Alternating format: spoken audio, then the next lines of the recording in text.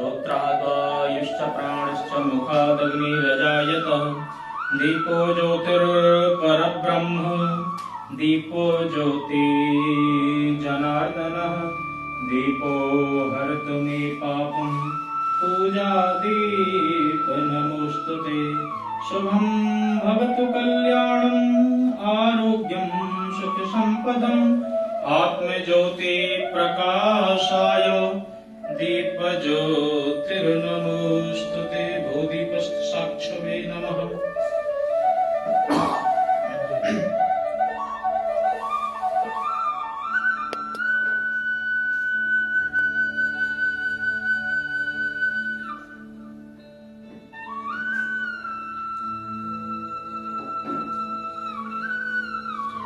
ध्येयं सदा परिभवग्नमभीष्टदोहम्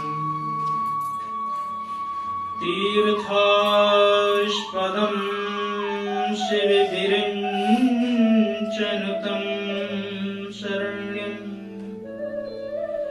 भृत्यार्तिहं प्रणतपालभवाब्धिपोतम् वन्दे महापुरुष ते चरणारविन्दम्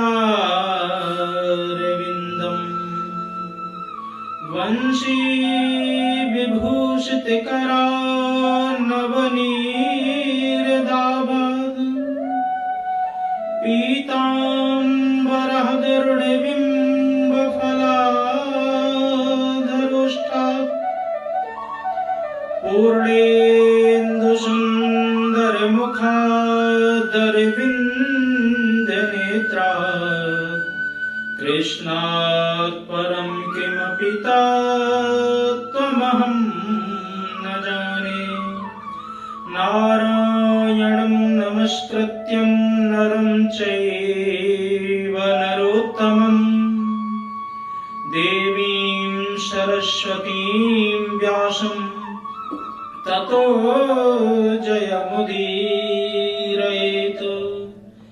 सीतानाथ समारम्भां श्रीरामानन्दार्य मध्यमाम् अस्मदाचार्यपर्यन्तां वन्दे गुरु परम्पराम्। ठाकुर हमें न भूलियो चाहे लाख लोग मिल जाएं, तुम पर यसी हम बहुत हैं, तुम्हें छोड़ कहाँ जाएं। अपने अपने घर की सबका भूखों पीर, उन्हें पीर सब घर की सुधन्य धन्य रघुवीर। आइए हनुमंत विराजिए, कथा कहूँ मति अनुसार, प्रेम भरी गादी धरूं सुविराजिए पवन कुमार, सुविराजिए पवन कुमार। बोल कृष्ण कन्हैया की जय, राजा रामचंद्र भगवान की जय, एकादशी महारानी की जय, अम्बे माते की जय, जगदम्बे माता की जय, पवन पुत्र हनुमान की जय, सभी देवी देवताओं की जय। जय जय श्री राधे, जय जय श्री राधे, जय जय श्री राधे श्याम। परम मंगल में परात्पर अकारण करुणालय भक्त वांछा कल्पतरु तरिंदित विनिंदित श्री बालकृष्ण लाल के पाद पद्मों में प्रणाम करते हुए आज फिर पुनः कार्तिक कृष्ण पक्ष के महीने में जो कि एकादशी का आगमन हुआ है और प्रत्येक वर्ष आती है, ऐसी रमा एकादशी में आज हम प्रवेश करेंगे। इसके फल स्वरूप को समझेंगे, जानेंगे इसके महत्व को कि एकादशी के व्रत से क्या लाभ है, क्यों करनी चाहिए और करने का परिणाम क्या होता है, जिसने की उसको क्या फल मिला। परंतु उससे पूर्व ये हमारा जो सनातन धर्म है, यहाँ तो प्रत्येक दिन त्योहारों का खोज होता रहता है। हमारे पास जितने त्योहार हैं शायद ही किसी के पास इतने त्योहार हों। तो हम त्योहारों के भी धनी हैं। एक त्योहार जाता नहीं, दूसरा त्योहार आ जाता है। तो यही सब सोच करके देवी देवता भी ऊपर भगवान से पूछते हैं, अहो अमीशाम किम कार्य शोभनम। ये धरती वासियों ने ऐसा कौन सा शुभ कार्य किया है जो इनको इतने उत्सव, इतने त्योहार मनाने को मिल रहे हैं। कभी ये रामनवमी मनाते हैं, कभी कृष्ण जन्माष्टमी मनाते हैं, कभी यज्ञ करते हैं, कभी महोत्सव करते हैं। परंतु हमारे यहाँ स्वर्ग में न तो कोई साधु संत आते हैं, न कोई उत्सव होते हैं, न यज्ञ होते, न महोत्सव होते हैं। ऐसा इनको आपने क्यों इतना ज्यादा वो दे दिया। तो कहने का तात्पर्य यह है कि स्वर्ग से देवी देवता भी हमसे ईर्ष्या करते हैं जब हमें विशेष त्योहार मनाते हुए देखते हैं। तो माता लक्ष्मी और कुबेर जी का त्योहार का आगमन हो रहा है। आप सब जानते हैं कि 2 दिन बाद ही धनतेरस है। धनतेरस के बारे में भी एक कथा जुड़ी हुई है कि धनतेरस हम क्यों मनाते हैं और ये मनाना कब से शुरू हुआ। ये धनतेरस की कथा समुद्र मंथन से उत्पन्न होने के बाद में, जब धन्वंतरी भगवान उत्पन्न हुए उसके बाद से ही धनतेरस की कथा या धनतेरस का त्योहार या धनतेरस का महत्व शुरू हो गया।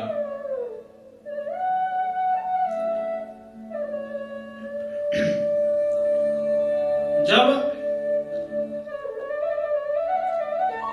समुद्र मंथन की बात आती है तो सारे देवी देवता मिलकर के भगवान विष्णु के पास में जाते हैं, क्योंकि उनको पता चल जाता है कि समुद्र में अमृत है। तो समुद्र मंथन करें कैसे। जब सब आकर के भगवान से पूछते हैं तो भगवान एक युक्ति बताते हैं। अहि मूषक बद्धो ही, युक्ति बताते हैं कि दैत्यों के पास जाओ और उनकी सहायता लेकर के समुद्र मंथन करो। तो बोली कैसे समुद्र मंथन करें उनकी सहायता लेकर के, वो तो हमें दुश्मन मानते हैं, वो हमारी मदद क्यों करेंगे। तो उन्होंने एक उदाहरण दिया। भगवान ने कहा कि एक पिटारे में चूहा फंस गया और उसी में चूहा का पीछा करते करते सांप भी आ गया। दोनों उसके अंदर फंस गए। अब सांप ने सोचा कि अब हम फंस तो गए हैं, परंतु चूहे को देख करके तुरंत जीभ लपलपाने लगा। फिर उसके मन में विचार आया कि अगर मैंने चूहा को खा लिया तो हम भी यहीं फंसे रहेंगे, कोई मुझे निकालेगा भी नहीं। तो इससे अच्छा पहले चूहे से दोस्ती बनाए, अपना काम निकलवा लें, उसके बाद इसको भी खा लेंगे। तो सांप बोला कि मामा जी राम राम। तो चूहा बोला हम आपके कैसे मामा हो गए। अरे नहीं नहीं, हमने कल ही सर्पों ने सभी मीटिंग बनाई और बना करके निश्चय किया कि देखो ये चूहे जो हैं कितनी मेहनत करते हैं, पहले बिल बनाते हैं और हम आकर के इनके बिल में छिप जाते हैं और इनको खा भी लेते हैं। तो आज से हम सब ने मिलकर के तुम्हें मामा मान लिया है, आज से हम तुम्हें कभी नहीं खाएंगे। चूहा भी प्रसन्न हो गया, कहा कि अच्छा भांजे, अब तुमने मुझे मामा मान लिया तो अब देखो अपने मामा का कमाल देखो। बोले कमाल तो तब देखें, पहले हम इससे बाहर तो निकले। बोले अभी निकाल देते। तो अब चूहे ने पैने दांतों से उस पिटारे को काट दिया और सांप बाहर निकल आया। तो बाहर निकलते ही उसके बाद में जैसे ही चूहा निकला तो चूहे को एक ही बार में गोविंदाय नमो नमः खा लिया। भगवान ने कहा कि यही युक्ति बना करके, क्योंकि कश्यप के देवता भी हैं और दैत्य भी हैं, तो मामा भांजे वाली युक्ति बना करके दैत्यों से काम करवा लो और उसके बाद में फिर अपना काम निकल जाए तो फिर इनको अंगूठा दिखा देना। देवता गए और जाकर के लंबी चौड़ी दंडवत की दैत्यों को। तो दैत्यों को दंडवत की तो दैत्य भी हैरान। सारी योजना बताई कि हम ऐसे ऐसे करके समुद्र मंथन करेंगे, उसमें से अमृत निकलेगा और फिर हम दोनों लोग मिलकर के पी लेंगे और फिर खूब लाठी डंडे चलने दो, कोई मरेगा ही नहीं। दैत्यों के मन में भी विचार आया कि ठीक है, परंतु करें कैसे। तो सारा धीरे धीरे समाधान इसका किया गया। बासुकी नाग को बुलाया गया, मंदराचल पर्वत मंगाया गया और पर्वत को गरुड़ जी लेकर के आए। बासुकी नाग भी आया और आकर के जैसे ही समुद्र मंथन प्रारंभ किया तो भगवान ने विचार किया, क्योंकि देवता मुंह की तरफ पकड़े हुए थे और दैत्य पूंछ की तरफ। तो भगवान ने विचार किया कि अगर देवता मुंह की तरफ पकड़े रहे और जैसे ही घर्षण शुरू होगा तो सांप जब विष बमन करेगा तो देवताओं का तो बुरा हाल हो जाएगा। तो भगवान ने कहा कि देवताओं तुम मुंह की तरफ ही रहना, क्योंकि तुम ऊंचे कुल के हो। तो दैत्यों ने कहा समुद्र मंथन हो या ना हो, हम तो मुंह ही पकड़ेंगे, हम क्या कोई नीचे गिरे हुए हैं। तो भगवान की बात सुनकर के भगवान ने कहा चलो इनको ही ऊंचे कुल का बना रहने दो, तुम पीछे आ जाओ। तो इस चतुराई से दैत्य लोग पूंछ पकड़ने लगे। दो दैत्य लोग मुंह की तरफ आ गए और देवता पूंछ की तरफ चले गए। समुद्र मंथन प्रारंभ हुआ। खोज अमृत ही कर रहे थे कि निकल विष आया। पहली बार में ही जैसे ही घर्षण शुरू हुआ तो कुछ ही समय बाद विष की उत्पत्ति हुई। परंतु उससे पूर्व जब मंदराचल पर्वत नीचे जाने लगा तो भगवान ने कच्छप रूप धारण करके उसको अपने पीठ पर भी टिका लिया। परंतु अमृत की खोज में जैसे ही उनको विष प्राप्त हुआ तो विष को देख करके देवता और दैत्य सभी डर गए। विचार करने लगे कि अब ये विष कौन पिएगा। तो सब विचार कर ही रहे थे तो भगवान ने निर्देश दिया कि भगवान शंकर के अलावा इसका पान कोई नहीं कर सकता। सभी दैत्य और देवता भगवान शंकर के पास में गए और उनसे प्रार्थना करने लगे। देव देव महादेव भूतात्मन भूत भावना त्राहि मां शरणः पन्यो त्रैलोक दहनम विषाद। हे प्रभु, हम अमृत की खोज में ये कार्य शुरू किए थे, परंतु ये विष आ गया है। अब इस विष को आपके अलावा इस संसार में कोई भी पान नहीं कर सकता है, तो कृपा करके आप ही आए। तो भगवान शंकर जी ने भी बात मानी और देखते ही देखते ततः करतलीकृत्य व्यापिहालाहलं विषम अवयच्छन्न महादेवा कृपया भूत भावना। भगवान ने विष लिया और विष को लेकर के तुरंत पान करने लगे। पान करते करते कुछ बूंदें विष की जहां तहां गिर गईं और वहां पर जो पेड़ पौधे उगे थे वो पेड़ पौधे विषैले हो गए। उन्हीं को सांप बिच्छू आदियों ने जो चाट लिया, इसलिए इनके अंदर विष का प्रादुर्भाव वहां से शुरू हुआ। तो भगवान ने जैसे ही विष पान किया, पान करते ही उनको याद आ गया कि हमारे हृदय में तो साक्षात राम जी विराजमान है। अगर हमने ये विष कंठ के नीचे ले लिया तो हमारे प्रभु को परेशानी हो सकती है। तो राम शब्द का उच्चारण करके उस विष को अपने कंठ में ही धारण कर लिया, क्योंकि रामे आका बोध है, अकु विसर्जनिया नाम कंठा, आ का खा गा घा ना, ये जब भी शब्द आप बोलोगे तो आपका मुंह खुल जाएगा। ये शब्द सीधे आपके कंठ से ही प्रकट होते हैं। जो व्याकरण है इसमें प्रत्येक वर्ण का कि कौन वर्ण कहां से निकलेगा, जैसे आ का खा गा घा ये कंठ से निकलता है। इचु यशा नाम तालु, ई चा छा जा झा जब भी बोलोगे तो आपकी तालु माने जीभ वो दांत में टच होगी। ऐसे ही उपद्मानीय ओष्ठ, माँ बोलते हुए बिना ओंठ को मिलाए आप कभी माँ बोल ही नहीं सकते। ऋषियों ने इतना इस पर रिसर्च किया, एक एक शब्द का बहुत सूक्ष्माति सूक्ष्म जो व्याकरण शास्त्र है इसमें सबसे पहले यही सिखाया जाता है कि कौन सा शब्द किस तरीके से बोलना है। तो भगवान शंकर जी ने जैसे ही रा बोला तो उनका कंठ खुल गया और मां बोलते हुए ही उनका कंठ बंद हो गया। तो राम शब्द का सहारा लेकर के विष को कंठ में ही धारण कर लिया। तभी से भगवान शंकर के बारे में कहा जाता है, नाम प्रबाहु जान शिवनी को, कालकूट फल दीन अमी को। कालकूट को धारण करके भगवान शंकर का कंठ नीला हो गया और वो नीलकंठ के नाम से जाने लगे। एक नाम उनका नीलकंठ पड़ गया। धीरे धीरे समुद्र मंथन और हुआ। उसके बाद में कामधेनु गाय प्रकट हुई जो कि ऋषियों को दान की गई। चंद्रमा प्रकट हुआ, भोलेनाथ जी के सिर पर धारण किया गया, जिससे भगवान चंद्रमौली बन गए।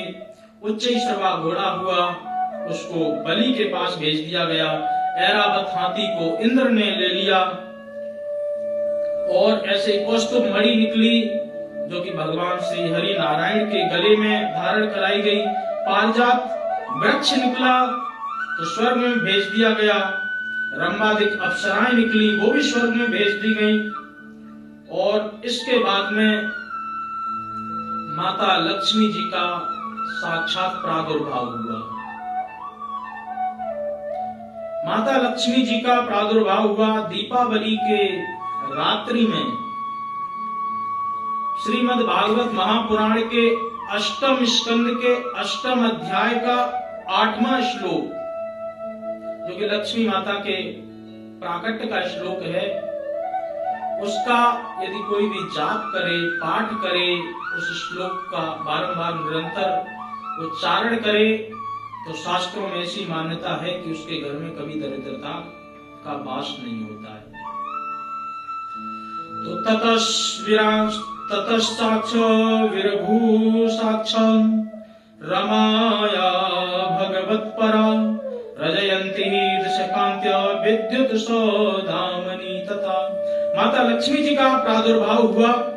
माता लक्ष्मी जी के लिए बड़ा संघर्ष हुआ। लोग सोचने लगे कि ये हमारे गले में वरमाला डालेंगी, परंतु उसके बाद में उन्होंने, क्योंकि लक्ष्मी सदा नारायण की ही रही हैं और नारायण की ही होती भी रहेगी।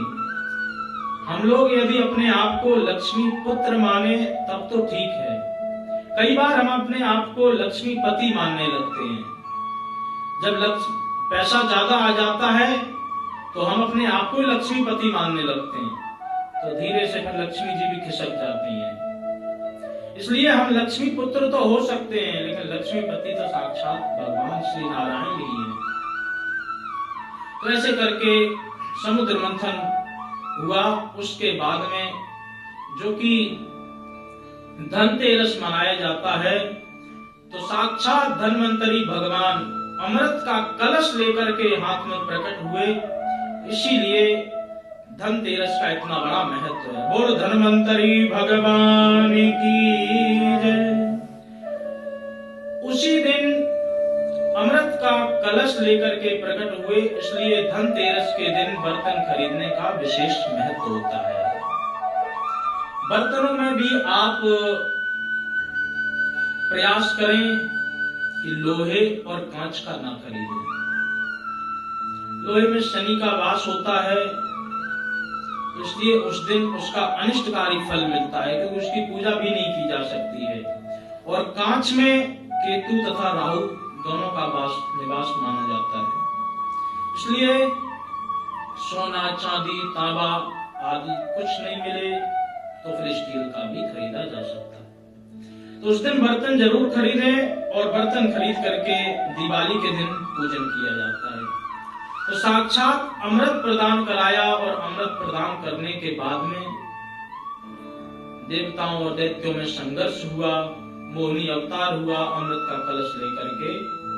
मोहिनी भगवान ने देवताओं को पिला दिया, दैत्यों को नाराज किया। उसके बाद में बहुत बड़ा देवासुर संग्राम हुआ, आप सभी उससे परिचित हैं। तो एक संत कहते हैं, उन्होंने मन में विचार किया कि अमृत आखिर है कहां, अमृत की खोज कैसे की जाए, कहां है। तो बहुत अच्छा दोहा बनाते हैं कि कोई सिंधु में बतावे, कोई चंद्र में लखावे। कोई सिंधु में बतावे, कोई चंद्र में लखावे। को बाम के अधर, को शेष राजधानी में। कहा कि अमृत जो है ना समुद्र में है, नहीं कहा कि समुद्र में नहीं, अमृत तो चंद्रमा में है, इसीलिए शरद पूर्णिमा का इतना बड़ा विशेष महत्व है। बोले नहीं, प्रिया के अधरों में, ओठों में है, ऐसा भी मानते हैं। कोई कहता नहीं, जो शेष नाग है ना उसके पास अमृत का वास है। तो उन्होंने खंडन भी किया कि सिंधु में हो तो खारो नहीं जल हो तो, चंद्र में हो तो है कलंक की निशानी क्यों, बाम के अधर फिर पतिहु की मृत्यु क्यों, भारी विष रहत है शेष राजधानी में। अगर सांप के पास होता तो उसके पास तो पहले से ही विष है, वहां तो अमृत टिक ही नहीं सकता। तो बोले कहां पर है। चतुरानन गुण के ऐसे विचार करें, अमृत बहे सदा सज्जन की वाणी में। जितने मीठे शब्द बोल दिए जाते हैं वही अमृत का काम करते हैं। वशीकरण एक मंत्र है, तज दे वचन कठोर, कठोर वचन छोड़ दो, वही अमृत का काम कर जाते हैं। इसलिए इस प्रकार से धन्वंतरी भगवान की कृपा से हम धनतेरस को बड़ी धूमधाम से मनाते हैं। और धन्वंतरी भगवान आयुर्वेदिक के भी विशेष ज्ञातज्ञ हैं। डॉक्टर लोग धन्वंतरी भगवान की भी पूजा करते हैं उस दिन। जैसे दीवाली वाले कारीगर बनाने वाले जो होते हैं वो विश्वकर्मा की पूजा करते हैं, इसी प्रकार औषधियों के बारे में ज्ञान करने वाले, औषधियों का रिसर्च करने वाले धन्वंतरी भगवान की बहुत विधिवत पूजा करते हैं। तो इसीलिए हम धनतेरस को बड़ी धूमधाम से मनाएं, बर्तन आदि भी लेकर के आएं, और दीपावली की रात्रि में हम उसका लक्ष्मी माता के साथ में पूजन करें। तो धनतेरस के बाद आ रही दिवाली। दिवाली को आप सब धूमधाम से मनाएं। धनतेरस के दिन भी दीप जलाएं, क्योंकि 27 सालों बाद ऐसा संयोग बन रहा है कि दिवाली के ही लगते ही आगे ग्रहण पड़ गया है। इसलिए छोटी दिवाली जो है वो हम सब 23 तारीख को ही मनाएंगे, जिस दिन धनतेरस है, और 24 को बड़ी दिवाली। तो आप अच्छी तरह दिवाली मनाएं। माता लक्ष्मी आप सबके घर में कृपा बरसाती रहें। और आज की एकादशी का नाम रमा एकादशी है, जो कि माता लक्ष्मी का नाम भी एक रमा है। तो आज की एकादशी के ठीक चौथे दिन दिवाली होती है। संयोगवश तीसरे दिन पड़ रही है क्योंकि ग्रहण है और तिथि एक साथ हो गई, नहीं तो प्रत्येक वर्ष एकादशी से चौथे दिन ही दिवाली हमेशा रही है। तो आज की एकादशी के बारे में युधिष्ठिर महाराज पूछते हैं, कहते हैं प्रभु हमने पापांकुशा एकादशी बहुत विधिवत सुनी, इसके बारे में अच्छी तरह जाना कि बड़े से बड़े पाप को भी नष्ट करने वाली पापांकुशा एकादशी है, पापों का शमन करने वाली है, पापों को अंकुश प्रदान करने वाली है। परंतु जो कार्तिक मास के कृष्ण पक्ष में एकादशी आ रही है, इसकी विधि क्या है, इसका फल स्वरूप क्या है, कृपया करके विस्तार से हमें बताएं।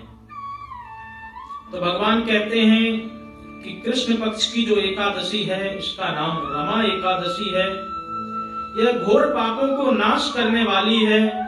इसका मैं महात्म कहता हूं, ध्यान पूर्वक सुनो। हे कुंती नंदन, प्राचीन काल में मुचकुंद नाम का एक राजा रहा करता था। उसकी इंद्र के साथ यम, कुबेर, वरुण आदि और विभीषण के साथ भी मित्रता थी। यह राजा बड़ा धर्मात्मा था, विष्णु भगवान का भक्त था, न्याय प्रिय था और राजा अपने राज्य में निवास किया करता था। जो राजा न्याय प्रिय नहीं होगा, वो अपने राज्य का बहुत जल्दी नाश कर लेगा, क्योंकि निष्पक्षता में वो शक्ति होती है, वो साहस होता है कि निष्पक्ष जो व्यक्ति होता है उसको कभी किसी के सामने झुकने की जरूरत नहीं पड़ती है। पक्षपात वाले को झूठ बोलना पड़ता है, परंतु निष्पक्षता में बहुत साहस होता है। उस राजा की एक कन्या थी जिसका नाम चंद्रभागा था। चंद्रभागा का विवाह चंद्रसेन के पुत्र शोभन के साथ करा दिया गया। एक समय शोभन अपने ससुराल में आया। जब वह आया तो वह मास कार्तिक महीना चल रहा था और उस कार्तिक महीने में ही आ गई एकादशी।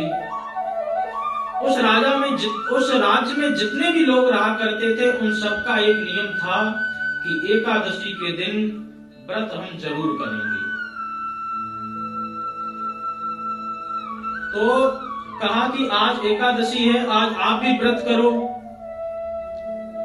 तो शोभन कहने लगा कि मैं व्रत कैसे कर सकता हूं, मुझसे तो कभी भूखा रहा ही नहीं जाता है।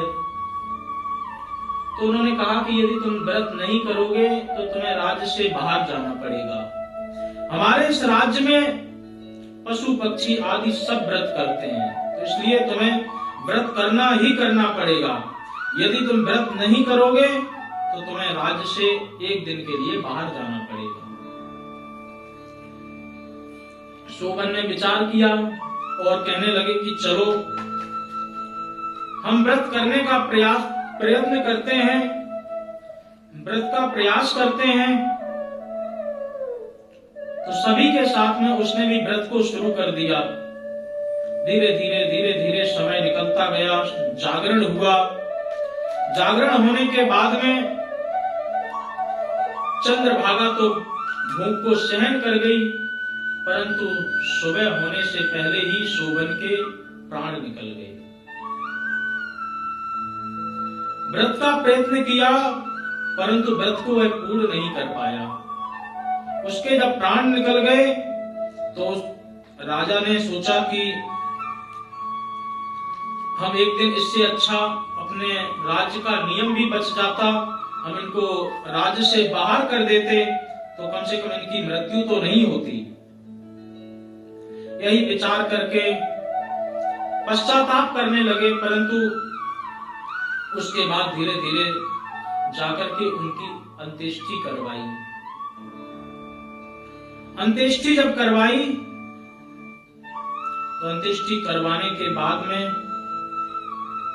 इसी व्रत के प्रभाव से राजा जो शोभन नाम का व्यक्ति था उसको मंदराचल पर्वत पर एक भव्य भवन सुंदर महल बन गया। उसी में उसका पुनर्जन्म भी हो गया, क्योंकि उस राज्य का इतना बड़ा विशेष महत्व था। जिस राज्य में प्रत्येक व्यक्ति भगवान विष्णु की आराधना करते हो, एकादशी का व्रत करते हो, तो वहां पर मरने वाले की तो सदगति स्वतः ही हो जाती। तो उसको पुनर्जन्म बहुत ही शीघ्र मिल गया और वह मंदराचल पर्वत पर निवास करने लगा। इधर चंद्रभागा भी अपने पिता के साथ में रहने लगी। रहते रहते बहुत से दिन निकल गए। जब बहुत दिन निकल गए तो यहां से एक ब्राह्मण मंदराचल पर्वत पर गया, तो उस राजा ने ब्राह्मण को पहचान लिया। जब राजा ने ब्राह्मण को पहचाना तो अपनी सारी कथा बताई कि आप ऐसे ऐसे करके व्रत किए थे, वो पूर्ण नहीं हो पाया, परंतु उसके पुण्य फल स्वरूप हमें इतना बड़ा महल मिल गया। परंतु इसमें एक कमी है कि ये महल स्थिर नहीं रहता है। कभी इस पर्वत पर रहने लगता हूं जाकर के तो पता ही नहीं चलता कि कभी दूसरे पर्वत पर पहुंच जाता हूं। अगर इसका कोई उपाय हो जो हम स्थिर रह सकें, कृपा करके बताएं। कहा कि ऐसा कोई उपाय अभी हमारे पास तो नहीं है, ब्राह्मण ने कहा, परंतु हम ये बात तुम्हारी पत्नी के पास में पहुंचा सकते हैं, जो कि तुम्हारी पूर्व जन्म की पत्नी चंद्रभागा थी। शायद वो कोई उपाय बता सके, शायद वो कुछ ऐसा कार्य कर सके। तो उसके बाद में ब्राह्मण आया, आकर के सारी बात चंद्रभागा को बता दी। चंद्रभागा विचार करने लगी और अपने पति को पुनर्जन्म में पाकर के बहुत खुश हुई कि पुनर्जन्म उनका हो गया है। पिता से आज्ञा लेकर के मिलने के लिए जाने लगी। बीच में वामदेव ऋषि का आश्रम पड़ गया। वहां पर उसने उस महाराज को प्रणाम किया। जैसे ही वामदेव ऋषि को प्रणाम किया और प्रणाम करके सारा वृतांत बता दिया कि कैसे कैसे करके हमारे पति की मृत्यु हो गई थी। एकादशी के फल के प्रभाव से उनको पुनः महल मिल गया, राज्य मिल गया, परंतु उनका राज्य स्थिर नहीं रहता है। तो ऋषि वामदेव जी ने कहा कि तुम्हारी जितनी एकादशियां हैं उनका यदि आधा भाग तुम उस पर्वत पर जाकर के दान करने का प्रयत्न करो, दान करने का संकल्प करो, तो वह राज्य तुम्हारा जरूर स्थिर रहेगा। यही सुनकर के, यही विचार करके चंद्रभागा वहां पर पहुंची और पहुंच करके अपने पति को पुनः जीवित देखा तो देख करके बहुत प्रसन्न हुई और उस पर्वत पर जाकर के उसने एकादशी का जो व्रत था, जो वामदेव ऋषि ने बताया था, उसी के आधार पर वहां पर अपने एकादशी के व्रत का जो भी फल स्वरूप था आधा फल दान करने के लिए संकल्प लिया। संकल्प के प्रभाव से उनका राज्य स्थिर हो गया। जैसे ही राज्य स्थिर हुआ तो दोनों ही बहुत सुंदर रूप से उस राज्य में निवास करने लगे। राज्य में जब निवास करने लगे और बहुत विधिवत रूप से जितनी भी एकादशी आई, सभी एकादशियों का उन्होंने व्रत किया। व्रत करने के बाद में चंद्रभागा के पुण्य फल स्वरूप अंत में केवल किया था व्रत चंद्रभागा नहीं, परंतु उसके फल स्वरूप दोनों को ही अंत में वैकुंठ की प्राप्ति हुई। तो भगवान कहते हैं, हे राजन, मैंने रमा एकादशी का व्रतांत सारा बता दिया है। जो भी व्यक्ति इस व्रत को विशेष रूप से करता है उसके समस्त पाप नष्ट हो जाते हैं और अंत में भगवान के वैकुंठ में उसकी स्वयं ही नियुक्ति हो जाती है। क्योंकि एकादशी का प्रभाव कोई सहज एकादशी नहीं का प्रभाव नहीं है। जितने भी व्रत हैं संसार में, उन सब में से एकादशी का व्रत सर्वश्रेष्ठ माना गया है। एकादशी का व्रत सर्वश्रेष्ठ क्यों माना गया है? क्योंकि एकादशी माता ने, एकादशी महारानी ने भगवान श्री हरि को विश्राम करते हुए उनको परेशान न करके उस मधु नामक दैत्य का अंत कर दिया था। तो भगवान प्रसन्न हुए। प्रसन्न होने के बाद में उन्होंने ऐसा वरदान दिया कि तुम्हारी तीनों लोक में सदा जय जयकार रहेगी और जो भी व्रत एकादशी का करेगा उसको हमारे धाम में स्वतः ही प्राप्ति हो जाएगी। बहुत विशेष कुछ नहीं करना पड़ेगा। इसलिए एकादशी का व्रत प्रत्येक व्यक्ति को करने का प्रयत्न करना चाहिए। वृद्ध और बच्चों को छोड़ करके प्रत्येक व्यक्ति एकादशी का व्रत अनुष्ठान जरूर ले। अगर एकादशी का व्रत नहीं कर सकते हैं तो वहां पर पूजा पाठ का विधान कुछ बना लें, भगवान का अभिषेक कर लें, भगवान की पूजा पाठ करा दें। कुछ भी नहीं कर सकते हैं तो कथा ही सुन लें, कथा पढ़ लें। क्योंकि एकादशी का कथा, एकादशी की जो कथा है, प्रत्येक एकादशी की कथा कुछ न कुछ फल स्वरूप अपना महत्व बताती है। इसलिए एकादशी की कथा का ये प्रभाव है, उसके नाम से ही पता चल जाता। पिछली एकादशी पापांकुशा एकादशी थी, पापों पर अंकुश प्राप्त कराने वाली। इस एकादशी का नाम रमा एकादशी, जो कि लक्ष्मी माता का नाम है। रमा एकादशी के प्रभाव से उसको इतना बड़ा महल मिल गया, इतना बड़ा राज्य मिल गया। तो जो भी इस एकादशी का व्रत करता है, अनुष्ठान करता है, लक्ष्मी माता की कृपा उसके ऊपर सदा निवास करती है, उसके घर में सदा निवास करती है, उसके परिवार में सदा निवास करती है। तो इसलिए एकादशी का व्रत प्रत्येक व्यक्ति करे और व्रत ही नहीं, उसके जो भी विधान है, विधि नियम से जो व्यक्ति करता है, जितनी श्रद्धा भाव से करता है, उतना ही उसको विशेष फल प्राप्त होता है। क्योंकि हमारा मनुष्य शरीर जो है दुर्लभ मानुष देह है, मिले ना बारंबार। जब ये इतना दुर्लभ है तो क्यों ना इसका सदुपयोग कर लेना चाहिए। पिछली बार भी हमने बताया था कि अन्य जो पशु पक्षी हैं उनका तो कुछ ना कुछ हो जाता है, उनका शरीर किसी न किसी रूप में काम आ जाता है, परंतु मनुष्य का शरीर किसी भी रूप में काम नहीं आता। इसलिए मनुष्य को जितना ज्यादा से ज्यादा हो सके भगवान की भक्ति की तरफ दौड़ना चाहिए, भगवान की आराधना की तरफ जाना चाहिए। और भगवान की आराधना जो व्यक्ति नहीं करते हैं उनकी स्थिति तो ग्रंथों में, शास्त्रों में बहुत कुछ ऐसी वर्णित की है कि जिनके कान हरि की कथा नहीं सुनते, बोले सांप के बिल के समान है, अहिरंद्र समाना।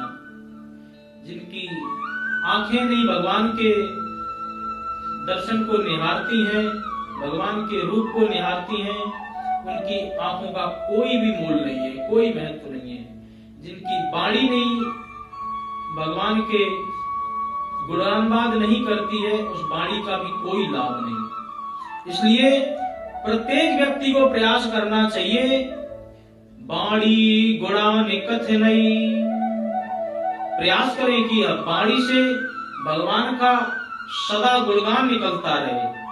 हाथ दिए हैं परमात्मा ने, तो हाथों से सदा उनकी सेवा होती रहे।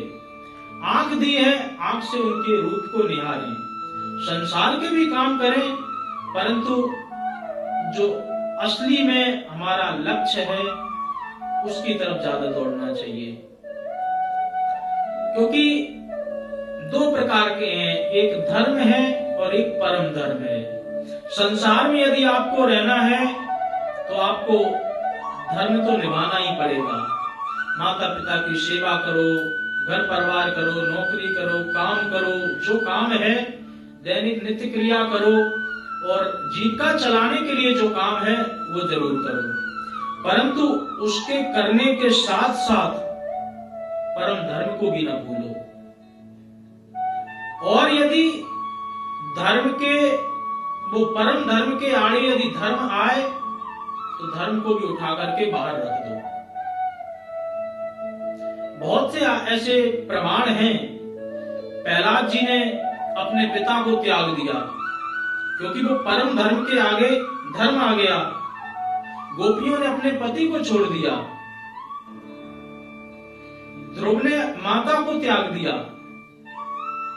तो जब भी परम धर्म के आगे धर्म आता है, यही प्रसंग राम भगवान जी लक्ष्मण को समझाने लगे कि देखो हमारे दोनों भाई अभी वहां पर गए हैं, ननिहाल मामा जी के यहाँ गए हैं, और हमको भी वन हुआ है, हम वन में जा रहे हैं, तो यहाँ पिताजी की सेवा करने के लिए कोई नहीं है, तो आप यहाँ रुक करके सेवा करें।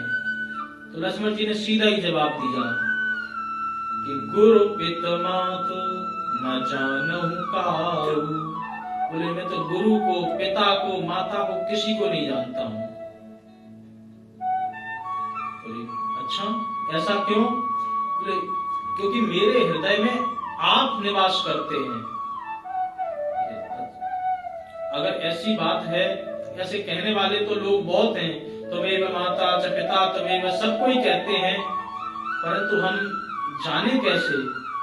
बोले कि दीन बंधु और अंतर्यामी, आप सबके हृदय में निवास करते हैं, सबके हृदय में निवास करने वाले, तो आपको कुछ बताने की जरूरत तो है ही नहीं, आप स्वयं देख सकते हैं। तो जब लक्ष्मण जी की इस प्रकार की भक्ति देखी तो फिर उसके बाद राम जी ने भी आग्रह त्याग दिया कि छोड़ो, चलो हमारे साथ, क्योंकि माता पिता की सेवा करना, गुरु की सेवा करना ये धर्म है, और परमात्मा को पाना ये परम धर्म है। तो इसलिए परम धर्म की प्राप्ति के लिए लक्ष्मण जी ने भी धर्म का त्याग कर दिया।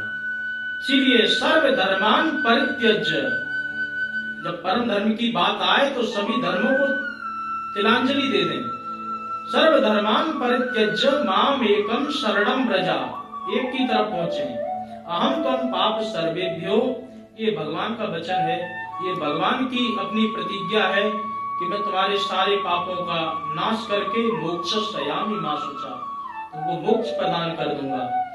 जो तू आवे एक पग, मैं आऊं पग 60। भगवान स्वयं कहते जो भी मेरे द्वार पर एक पग कदम बढ़ाता है तो मैं उनके लिए आगे बढ़ के 60 कदम आगे चलता हूँ। और जो तू कर रहो काट सो, तो मैं लोहे की लाट। इसलिए जब हम भगवान से अलग होने का प्रयत्न करते हैं तो फिर भगवान भी लोहे की लाट से भी ज्यादा दृढ़ हो जाते हैं, कठोर हो जाते हैं।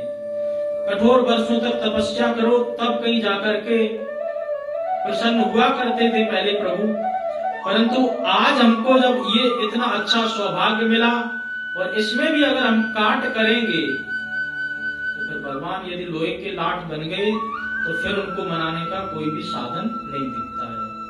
इसलिए कोशिश करें, नहीं तो जीव का जो स्वरूप है और स्वभाव है वो उसी भौरे के समान है।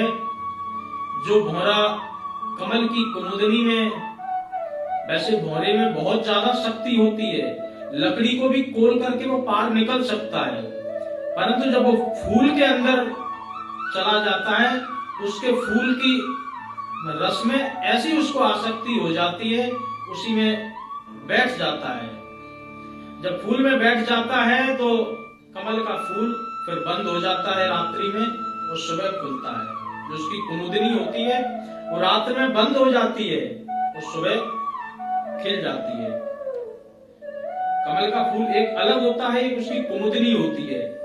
तो रात्रिम गमिष्यति भविष्यति सुप्रभातम, ऐसे ही करके विचार करता रहता है कि पंज के कोश में भृंग फसो, पंज फूल कर रहु मन में, मन को ही मन शुभा, होय गो प्रात खिले गो दिवाकर, जाऊंगो धाम पराग ले सुबा, होनी कछु बीच में ऐसी भई, नहीं कीनो काल को ख्याल अजूबा, आय गयंद चबाय गयो, रह गयो मन को मन में ही सुबा।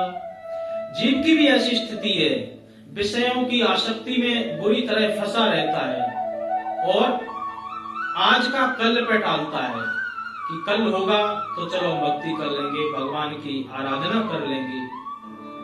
परंतु वो भौरा भी यही सोच रहा था कि सुबह होगा, वो फूल खिलेगा और जैसे ही फूल खिलेगा तो इसका हम पराग यानी कि सुगंध लेकर के उड़ करके चले जाएंगे। ऐसा मन में विचार कर रहा था कि वहीं से हाथियों का झुंड निकल रहा था। तो एक हाथी ने ऐसी सूंड बढ़ाई और उखाड़ लिया। इसी प्रकार से हमारी स्थिति है, आज का कल पे टालते रहते हैं और काल भगवान अपनी धीरे धीरे गति बढ़ाते रहते हैं। और फिर जब लास्ट का समय आता है तब सोचने लगते हैं कि काश एकादशी का व्रत ही रख लेते, जीवन में कुछ पाप हुए होंगे उनका ही शमन हो जाता, काश कोई पूजा पाठ कर लेते। परंतु जब कर सकते हैं तब विचार नहीं करते हैं। इसलिए सदा याद रखें कि ये शरीर जो भी मनुष्य शरीर है ये हमें उपासना के लिए ही मिला है, न कि वासना के लिए। वासना सभी शरीरों में व्याप्त है, जितने भी 84 लाख योनियां हैं सब में वासना व्याप्त है। परंतु मनुष्य शरीर क्यों श्रेष्ठ है? क्योंकि इसके पास में बुद्धि है, ये विवेकशील है, ये विचारशील है। और विचारशील भगवान ने इसीलिए बनाया कि ये विचार करके ये अपने विवेक से अपना कल्याण कर ले। कल्याण के साधन भी दिए, अनेकानेक ग्रंथ दे दिए, अनेकानेक व्रत अनुष्ठान दे दिए, परंतु उसके बाद भी हमारा उन पर ध्यान नहीं जाता। हमें प्रयास करते रहना चाहिए कि जितना ज्यादा से ज्यादा हो सके भगवान की आराधना करते रहें। और सबको पता है कि इस कलयुग का जैसे जैसे प्रभाव बढ़ता जा रहा है, वर्षे वर्षे क्रमश जाता मंगलम नापि दृश्यते, जितने भी मंगल कार्य हैं धीरे धीरे कम होते जा रहे हैं। और भगवान ने कलयुग को बहुत विशेष कृपा भी प्रदान की है। जब राजा परीक्षित के सामने जब कलयुग आया तो पूरे दुर्गुणों से भरा हुआ कलयुग था। उन्होंने स्थान भी दे दिए, द्यूतम पानम स्त्रिया सूना, 4 स्थान दे दिए कि जहां पर द्यूत होता हो, मदिरापान होती हो, स्त्रिया पर लंपट पुरुष रहते हो, सूना में हिंसा होती हो, स्थान दे दिए। तो बोले, कलयुग ने भी कहा कि भाई जैसे यात्री वैसे ही कमरे। आपको मेरा एक गुण अच्छा लगा, वो गुण क्या था कि अन्य युगों में अनेक वर्ष तपस्या करनी पड़ती थी, तब जाकर के कहीं परमात्मा मिलते थे। और परंतु कलयुग में क्षण मात्र हरेर नाम हरेर नामैव केवलम कलौ नास्तैव नास्तैव नास्तैव गतिरन्यथा। कलयुग केवल नाम आधारा, सुमिर सुमिर नर उतर ही पारा। कलयुग केवल हरि गुण गाहा, और गावत नर पावई भव था। कितना बड़ा विशेष महत्व दिया है। और इन सब के साथ में ये भी बात कह दी कि मन से यदि तुम्हारे कोई भी पाप हो जाएगा तो उसका कलकाल कलयुग में कोई अपराध नहीं है, और मन से यदि कोई पुण्य कर दिया तो उसका फल पूरा मिलेगा। तुलसीदास जी खुद कहते हैं कि मानस पुण्य होए नहीं पापा, पुण्य तो होए पर पाप नहीं। मानस पुण्य होए नहीं पापा, कलयुग करे पुनीत प्रतापा। ये कलयुग का पुनीत प्रताप है। जो भी व्यक्ति इस कलकाल कलयुग में मन से विचार करेगा, और मानसिक पूजा का तो बहुत विशेष महत्व है, तो उसको अभीष्ट फल प्रदान होगा।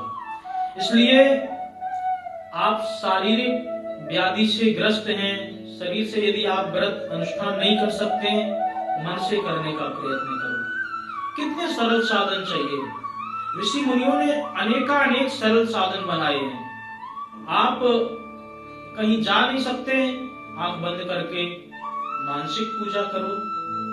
मन से ही विचार करो कि हम भगवान का अभिषेक करा रहे हैं, हम भगवान को माला पहना रहे हैं, उसका भी फल पूरा है। हद लगे ना फटकरी, फल तो पूरा ही मिलेगा। आपकी कोई सामग्री नहीं लगी। आदि शंकराचार्य जी ने इसी बात को पूरे मनोयोग से, पूरे प्रमाण के साथ में कहा कि मेरे पास इतनी धन दौलत नहीं है, मेरे पास इतना रुपया पैसा नहीं कि मैं आपका कहीं मंदिर बनवा सकूं, तो मैंने तो शरीर को ही आपका मंदिर मान लिया। बोले आत्मा के रूप में आप विराजमान हो गए, बुद्धि के रूप में माता भवानी विराजमान हो गई, और जो हमारे पंच प्राण हैं, अपान व्यान उदान समान आदि, ये नंदी भृंगी श्रृंगी जो गण हैं, ये हमारे शरीर में विराजमान हो गए। जितना जो कुछ खा पी लेता हूं, यही आपकी फल फूल सामग्री है। जितना चल फिर लेता हूं, यही आपकी परिक्रमा है, और जितना बोल लेता हूं, यही आपके स्तोत्र पाठ है। तो जब तान दुपट्टा सो जाता हूं, तो यही आपकी समाधि है। यत् यत् कर्म करोति तत् दखलम शंभो तवाराधनम। इस शरीर से जो भी कुछ होता है वो सब आपकी आराधना है। और बताओ, ना तो आपको कहीं जाने की जरूरत, बस मन में परमात्मा का चिंतन चलते रहना चाहिए। और इस मानसिक पूजा का बहुत विशेष लाभ है। बड़े बड़े वल्लभाचार्य जी या बहुत बड़े बड़े सिद्ध योगी संत जो हुए हैं, वो कभी बहुत ज्यादा भ्रमण इधर उधर नहीं करते थे। वो बस बैठ करके केवल और केवल मानसिक ही ध्यान लगाते थे, और उसी मानसिक पूजा के प्रभाव से, जो कि नावादास गोस्वामी जो हैं, उनको ऐसी दिव्य चक्षु प्राप्त हुए। ये भक्तमाल की कथा है, भक्तमाल की रचना भी उन्होंने की, कि उनका एक गुरु भाई समुद्र में व्यापार करने के लिए जा रहा था, और नावादास जी गुरु जी की सेवा कर रहे थे। जो पंखा होता, पंखा चमर से डुलाते हैं, वो जन्म से अंधे थे नावादास जी, वो ऐसा चमर डुला रहे थे, और वहां पर समुद्र की ज्वार भाटा वो सब उठने लगे, तो उनका नाव डावाडोल होने लगा। और जैसी नाव डावाडोल, तो उन्होंने गुरु जी को आवाज लगाई, गुरुदेव रक्षा करो। और स्वामी वल्लभाचार्य जी ये मानसिक पूजा में लगे थे कि हम माला पहना रहे, हम अभिषेक कर रहे। तो केवल पंखा डुलाते डुलाते स्वामी नावादास जी को पता चल गया कि हमारा गुरु भाई संकट में है। उन्होंने कहा कि हमने आज तक जो भी गुरु जी की भक्ति की हो, उसका जो भी फल हो, पूरा हमारे गुरु भाई को मिल जाए और उसकी नाव शांत हो जाए। उसी भक्ति के प्रभाव से उसकी नाव शांत हुई, और शांत होने के बाद में वल्लभाचार्य जी जैसे ध्यान किए करे कि शिष्य हमारा परेशान है, तो तुरंत नावादास जी ने कहा, गुरुजी आप चिंता मत करो, नाव बिल्कुल सुरक्षित है। तो उन्होंने कहा कि तुम्हें कैसे पता चल गया? वो कहा कि आपकी ही भक्ति के प्रभाव से, आप भक्ति करते हैं, हम आप पे चमर बुलाते हैं, तो उसका कुछ जो भी फल था उसी से हमें ये सब पता लगने लगा। तो उसी समय नावादास जी को वरदान दिया कि जाओ तुम जाकर के एक ग्रंथ की रचना करो। तो उन्होंने भक्तमाल ग्रंथ की रचना की। आंखों से अंधे थे, परंतु जो कोई भी उनके सामने आ जाता था उसका सारा चरित्र उनको स्वयं याद आ जाता था। बहुत बड़ा ग्रंथ है भक्तमाल, और उसमें इस कलकाल कलयुग के जितने भक्त हुए हैं, मीराबाई, सूरदास, कबीरदास, रैदास, जितने भी भक्त हुए, सभी भक्तों के चरित्र उसमें मिलते हैं।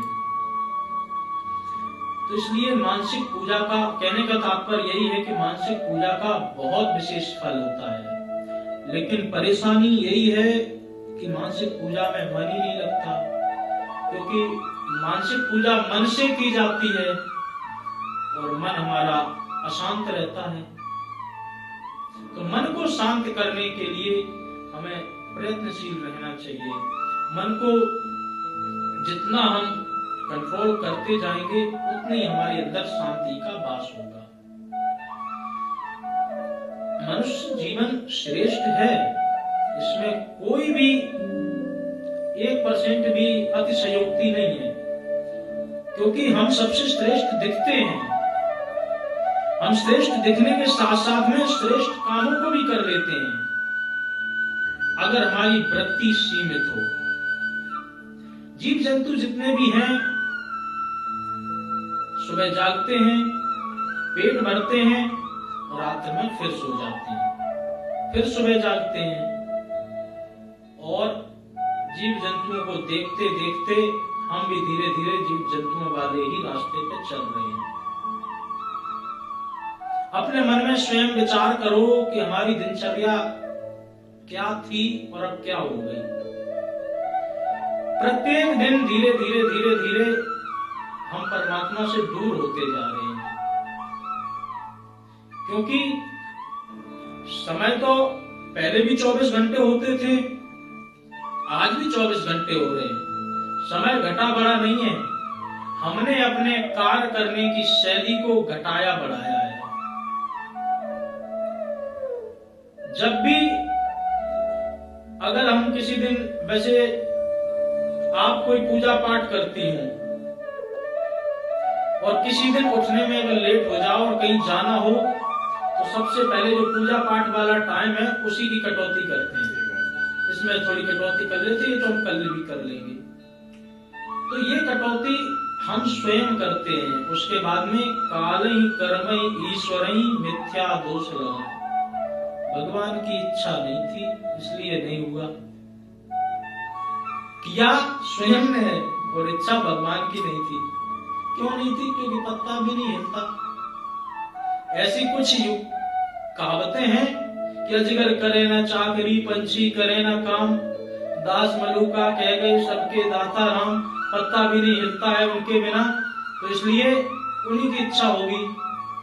परंतु जो मलूका दास जी ये बात कह रहे थे, और वो ही अष्टयाम सेवा भगवान की किया करते थे, 8 पहर की, 4 पहर दिन में और 4 पहर रात में। परंतु उनका भाव कुछ और था, लेकिन हम लोगों ने उसका अर्थ कुछ और रूप में ले लिया। हम सब जो अपने फायदे की चीज होती है उसी तरीके से ले लेते ना।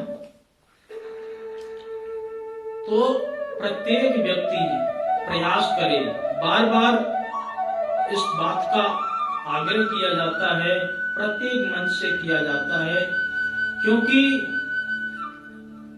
हमको या हम जैसों को भगवान की कृपा से जो ये गद्दी मिलती है या जो ज्ञान मिलता है, उसका सिर्फ और सिर्फ एक ही उसके पीछे होता है कि आगे जाकर के मार्गदर्शन करो, सोए हुए लोगों को जगाओ, उनके अंदर भक्ति की ज्योत जगाओ, ताकि भक्ति उनके अंदर यदि जाग जाएगी और उसी भक्ति के प्रभाव से वो अपना कल्याण कर सकें। पहले की परंपरा अलग थी, साधु संत लोग भिक्षा मांगने के लिए आते थे और भिक्षा मांगते मांगते आपको कोई ना कोई ऐसे वचन सुना जाते थे, कुछ ना कुछ कह जाते थे, परंतु हम क्या मान लेते थे कि वो भिक्षा मांगने के लिए आए। सच्चाई तो ये है कि वो भिक्षा मांगने नहीं आते थे बल्कि शिक्षा देने आते थे। भिक्षुका नैव याचन्ति शिक्षयन्ति गृहे गृहे। कभी याचना करने नहीं जाता, ये क्या करने, शिक्षा देने जाता है। शिक्षयन्ति गृहे गृहे, वो कुछ बोले ना बोले, बोले शिक्षा कैसे देगा, बोले देयम देयम पुनर्देयम, दो दो उनको बार बार दो। अगर नहीं देंगे तो क्या होगा, ना देयम फलमीदृशम। मैं साक्षात एग्जाम्पल के रूप में आपके सामने खड़ा हूं कि मैंने पूर्व जन्म में दान नहीं किया, इसलिए आज मैं आपके द्वार पर आकर के इस तरीके का काम कर रहा हूं। इसलिए वो चाहे मुख से कुछ बोले या ना बोले, उनका प्रेजेंस जो है, जैसे वो आते हैं यही समझ लो कि शिक्षा है। वो कभी आपके यहाँ मांगने नहीं आते हैं। वो क्यों कोई मांगने आए, अपने अपने भाग का खाता है हर बसर, उसका तू एहसान मान, वो खाने आया तेरे घर। कभी खाया होगा, वही आज लेने के लिए आ गया। तो इसलिए जो भी आए और जितना भी निकल जाए वही अच्छा है। कबीरदास जी वाला पिछली बार का शायद याद हो कि जितना खा लिया वही अपना है, इसलिए जितना भगवान की भक्ति कर ली, याद है कबीरदास जी वाला, आटा जो गिर गया था उसकी पुनरावृत्ति कर देते। कबीरदास जी चक्की चला रहे थे और चक्की चलाते चलाते एक मुट्ठी खा भी लेते थे, पीस भी रहे हैं, खा भी रहे हैं। किसी ने पूछा कि ये क्यों आप खा भी रहे हो, चला भी रहे हो, तो बाद में बताएंगे। सारा पीस पूछ करके उन्होंने रख लिया और रखने के बाद में पोटली सर पर रखी, जाने लगे। तो जैसे ही जाने लगे तो रास्ते में कीचड़ पड़ा था, नाला आ गया। नाला से जैसे निकलने का मार्ग देख रहे थे कि उनका पांव फिसला और सारा आटा उसी कीचड़ में गिर गया। इसी दृश्य को देख करके, वो तो दोहा की रचना करते थे, इसी दृश्य को देखते ही उनको दोहा याद आ गया कि आटा कीचड़ गिर गयो, कछु नहीं लाग्यो हाथ, पीसत पीसत जो चब्यो, बोई अपने साथ। जो पीसते पीसते खा लिया वही है, बाद बाकी तो वो कूड़े वाला कैसे कौन उठाएगा। इसलिए अपने हाथ से जो धन का सदुपयोग करके जाओगे, अपने हाथ से जो दान कर दोगे, क्योंकि धन की तीन ही गति है, दान, भोग और नाश। या तो आप उसको दान कर लो या फिर अपने ऊपर उपभोग कर लो। दो काम नहीं कर सकते हो तो वो नाश तो हो ही जाएगा किसी न किसी रूप से। जिस धन को बच्चों की जिंदगी संभालने के लिए हमने जोड़ के रखा, कहीं ऐसा ना हो कि वही धन उन बच्चों को बिगाड़ दे। बहुत सारे ऐसे प्रमाण देखने को मिलते हैं। इसलिए अपने हाथ से जितना कर लेंगे वही आपका है, नहीं तो बाद बाकी।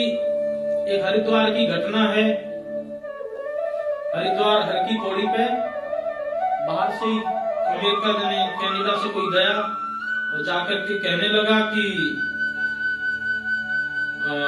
ये अस्थियां हमने प्रवाहित की हैं, तो हम चाहते हैं कि हमारे पिताजी के लिए दीपक भी जले और हम उनके लिए कुछ करना चाहते हैं।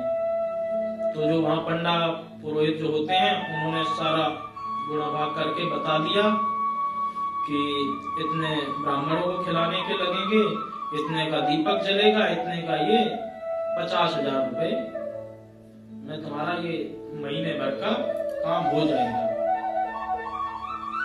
तो उन्होंने कहा कि ये 50,000 तो नहीं, ये 5,000 पकड़ो, इन्हीं में सब कुछ कर दो। तो 5,000 का ही ठेका करके आ गए जिस धन को जोड़ा था उनके लिए, आज उस धन से वो आपका ही जो भी मुक्ति के साधन हैं उनके लिए वो ठेका करके आ गए कि आप 5,000 में सब कुछ कर दो। तो कहीं ऐसा ना हो कि हम अपने सुख को भी ताक पे रख दें धन जोड़ने के लिए, और वही बच्चे बाद में हमारा ध्यान ही न करें, हमारी स्तुति न लें, ऐसे ही कार्य न कर दें। इसलिए अपने हाथ से जो कर दोगे वही सर्वश्रेष्ठ है, वही फलीभूत है, और वही दान आपका, और वही हाथ से माला जप लोगे तो वो पुण्य लग जाएगा, हाथ से दान कर दोगे वो पुण्य लग जाएगा, और इसी पुण्य से सदगति होगी। इसीलिए ये अनेकानेक व्रत तीर्थ अनुष्ठान जो किए जाते हैं, व्यक्ति जीते जी कर लेता है तो वो ही फलीभूत होते हैं। और प्रत्येक चीज का अपना विशेष महत्व है। आप तीर्थ करने जाते हैं तो तन को पवित्र करके आते हैं, इसीलिए कहा जाता है तन पवित्र, या कोई सेवा कर लेते हैं, तन पवित्र सेवा किए और धन पवित्र किए दान, मन पवित्र तीर्थ किए होए त्रिविध कल्याण। आप अपने तन को यदि पवित्र करना चाहते हैं तो इसी तन से सेवा करने का प्रयत्न करो। मंदिर में आओ, मंदिर में जो भी सेवा मिले वो सेवा करो। ये गुरुद्वारों से हमें सीखनी चाहिए कि वहां लोग जाते हैं तो कितनी सेवा करके आते हैं, परंतु हम यहाँ मंदिर में आते हैं तो हमें शर्म लगती सेवा करने में। तो हमें सेवा करना चाहिए। और मंदिर कैसे चले, धर्मस्थल कैसे चले, उसके लिए अपनी कमाई में से 10% नहीं कर सकते, 2% करो। कुछ न कुछ सेवा निकाल करके मंदिरों में, गुरुद्वारों में, तीर्थ स्थानों में कुछ न कुछ देव जरूर। तो आपका तन भी पवित्र हो गया और धन भी पवित्र हो गया। मन पवित्र करने के लिए तीर्थ करके आओ। चौथा कोई साधन कल्याण का है नहीं। कल्याण के सिर्फ और सिर्फ 3 ही साधन हैं, सेवा कर लो, दान कर लो, या तीर्थ आदि कर लो। तीर्थ आदि में करोगे तो जहां भी जाओगे आप भगवान का नाम ही जपोगे, तो जाप भी उसी में ही आ गया। तो चौथा कोई दूर दूर तक नहीं दिखता है। इसलिए प्रयत्न करो, प्रयास करो कि भगवान की भक्ति में सदा लीन रहने का कार्य हम मनुष्यों का ही है। दूसरे प्रकार के जो भी जीव जंतु हैं वो अपना कभी भी कल्याण नहीं कर सकते हैं जब तक कि उनको मनुष्य जन्म नहीं मिलता।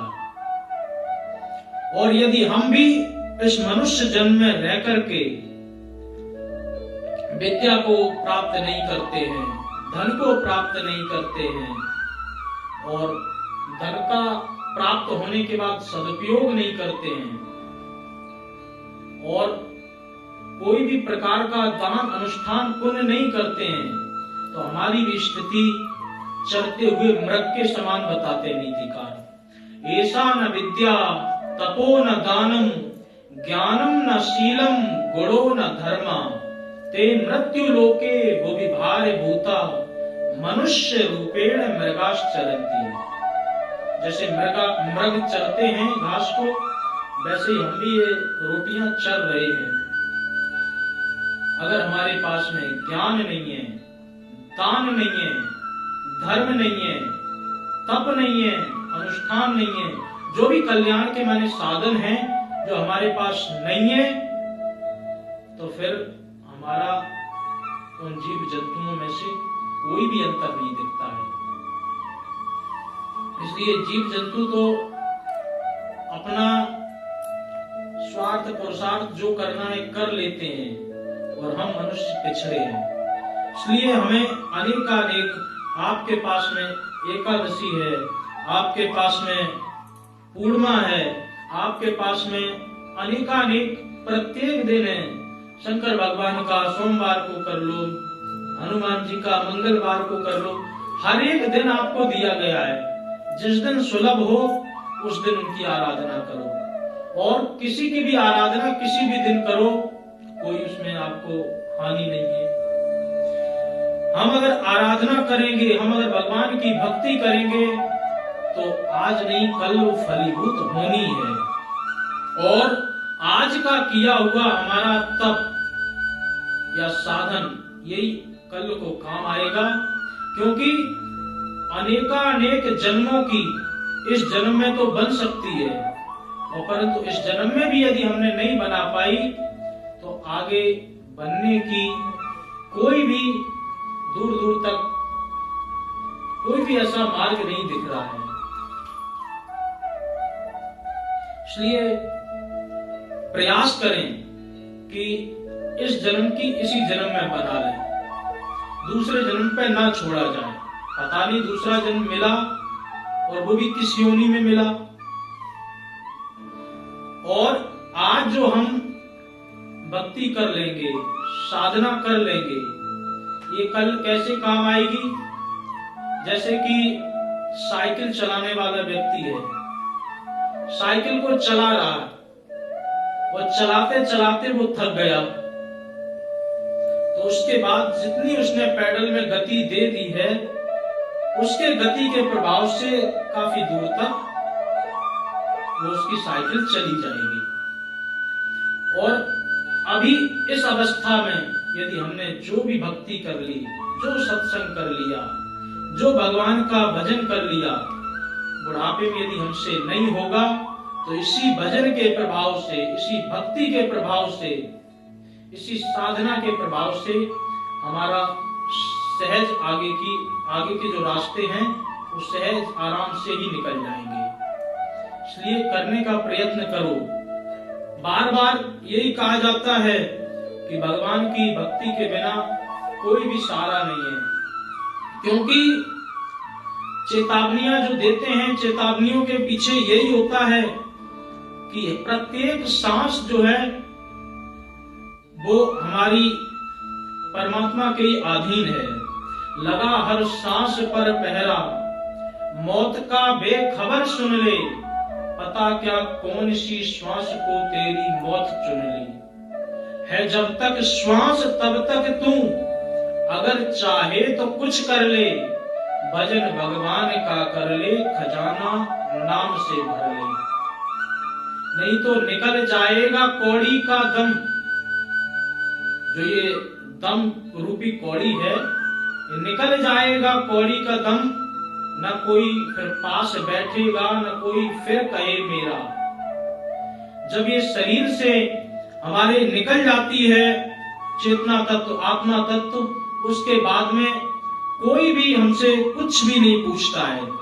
जो अनेकानेक वर्षों तक, जो अनेकानेक जन्मों तक कहते हैं कि हम तुम्हारे सदा साथ रहेंगे, और जैसे ही प्राण निकले उसके बाद में दूर दूर तक कोई नहीं दिखता है। तो इसलिए प्रयत्न करो, क्योंकि निकल जाएगा कौड़ी का ये महंगा जो तन तेरा, न कोई पास बैठेगा, न कोई फिर कहे मेरा। न कोई पानी पूछेगा, न कोई पूछेगा खाना, कहेंगे ले चलो इनको अभी शमशान पहुंचाना। जो घर आते ही तेरे लिए भोजन पकाते थे,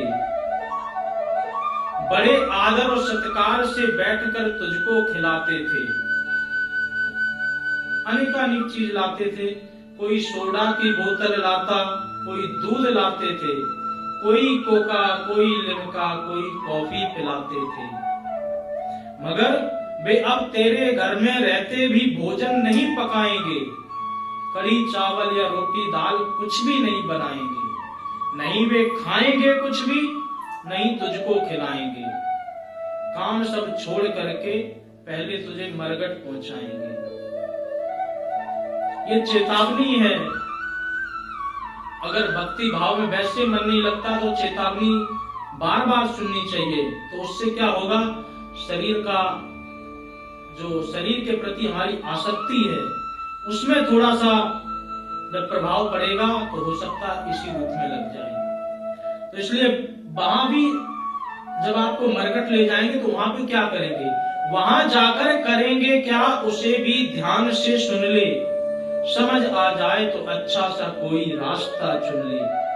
वहां ले जाकर अर्थी को चिता पर रख दी जाएगी, भला यह देख कर हालत तरस किसको न आएगी।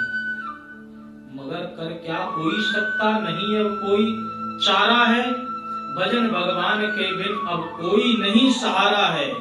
खड़े हैं मित्र घर साथी जो सच्चे यार बनते थे, धर्म पत्नी बहू बेटे जो सब परिवार बनते थे। आज अब साथ में लाला के जाने वाला कौन, बिना भगवान के बिगड़ी बनाने वाला कौन। इसीलिए व्रत अनुष्ठान की जरूरत है, इसीलिए भक्ति की जरूरत है, क्योंकि वो सब खड़े रहते हैं और उसमें भी कौन कहां तक जाएगा। क्रिया यानी कि पत्नी, क्रिया जाएगी दरवाजे तक, परिवार जाएगा शमशान घाट तक, पुत्र जाएगा अग्निदान तक। इससे आगे तो कोई जा ही नहीं सकता। परंतु जाता क्या है, यश अपयश ही जाता है जो लोक लोकांतर में अमर कीर्ति फैलाता है। यहाँ अच्छा काम कर दिया तो मरने के बाद भी आपका यहाँ पर नाम चलता रहता है, और जैसा काम करोगे उसी हिसाब से। बुरा करोगे तो नाम तो तभी भी चलेगा, लेकिन कम दिनों के लिए चलेगा। तो इसलिए जितना ज्यादा से ज्यादा अच्छा काम करना हो तो इसी जन्म में कर लें। वहां पर जब चिता को रख दी जाएगी, ये देखकर हालत तरस किसको न आएगी, मगर कोई कर क्या सकता नहीं अब कोई चारा है, भजन भगवान के बिन अब नहीं कोई सहारा है। खड़े हैं मित्र घर साथी जो सच्चे यार बनते थे, धर्म पत्नी बहू बेटे जो सब परिवार बनते थे। आज अब साथ में लाला के जाने वाला कौन, बिना भगवान के बिगड़ी बनाने वाला कौन। वहीं पर घी डालकर फिर मुख में अग्नि लगा दी। भला देखो दुनिया के लोगों कैसी सजा दी। कभी जिस तन को ठंडे जल व साबुन से नहलाते थे, कभी जिस तन को इत्र तेल सुगंधित से महकाते थे, कभी जिस तन में वस्त्र और आभूषण पहनाते थे, आज उसी तन में वे लोग कैसे आग लगाते। खड़े थे खड़े रहे सब देखते ही देखते वह जलता चला गया, उसी अग्नि में जलकर खाक वह बनता चला गया, और खाक बनकर राख में मिलता चला गया, अपने कर्म पर रोता व पिटता चला गया। बहुत जोड़ा था जिस धनमाल को सब छोड़ कर गया, आज सदा सदा के लिए सबसे नाता तोड़ कर गया। जो संपद जोड़ने में वर्ष कई मास लगे थे, आज वह छोड़ने में कुछ मिनट ही खास लगे थे। ये भी नहीं है कि आप उनके लिए छोड़ जाओ तो बहुत ज्यादा दिन तक शोक मनाएंगे, बहुत ज्यादा। जैसी लौट करके आते हैं उसके बाद स्थिति क्या होती है, सगे संबंधी सब शमशान से घर लौट कर आए, कोई रोए कोई पीटे कोई कुछ उसको समझाए, कोई कहता बनाओ भोजन, सभी मेहमान आए हैं, सभी बैठे हैं भूखे रात को भी कुछ न खाए हैं। बस जला चूल्हा बना भोजन, सभी ने पेट भर खाए, गए सब लौट घर अपने जहां से जो भी थे आए। ये तो आपके जो पारिवारिक जन थे, जो रिश्तेदार थे, उन्होंने अपना कर्तव्य पूरा कर लिया। गए सब लौट घर अपने जहां से जो भी थे आए, सगे संबंधी फिर शोक कुछ दिन तक ही मनाते हैं, गए 10 दिन बीत तो धीरे धीरे वो भी भूल जाते हैं। पूज्य माता पिता पत्नी जो बहन भाई थे, जो हर समय हर काम में होते सहाई थे, बड़े छोटे बहू बेटे सगे कन्या दामाद थे, सुखद परिवार सारा नेक था, वो खुद भी उस्ताद थे, परंतु आज वह चांद सी सूरत कहाँ काफूर हो गई, जो हम सबसे सदा सदा के लिए दूर हो गई। अरे ये संसार क्या है, ये सब धोखाधड़ी है। यहाँ पर फैलाकर माया जाल ये सब के पीछे पड़ी है। मेरे सत्संगियों, ये देख लो, इस संसार यही है। अंत में सबके साथ होता व्यवहार यही है। भले भिक्षु यति हो या कोई योगी फकीर हो, कोई पंडित पुजारी हो या कोई शूरवीर हो, मगर आया है जो इस जग में वह जरूर जाएगा। कर्मानुसार फल भी वह जरूर पाएगा, क्योंकि प्रभु के द्वार पर है न्याय, अन्याय नहीं है। उनकी पकड़ से बचने का कोई उपाय नहीं है, क्योंकि मेरा ईश्वर जगत का ईश है, इंसान नहीं है। हिंदू या सिख जैनी मुसलमान नहीं है। उसके यहाँ पर न्याय है, पक्षपात नहीं है, क्योंकि उस निराकार की कोई जात नहीं है। अभी कर लो भजन भगवान का, यह काम आएगा। सभी छूटेंगे धन व जन, मगर वह साथ जाएगा। कहें भिक्षु यति संसार की मत आस कीजिए, सच्चा प्रभु का नाम है विश्वास कीजिए। केवल परमात्मा का नाम सच्चा है, उसी नाम पे विश्वास करो। बाद बाकी संसार सब धोखा है, सब माया है, और जो धीरे धीरे आए दिन लोगों के पास से छूटती देख ही रहे हो।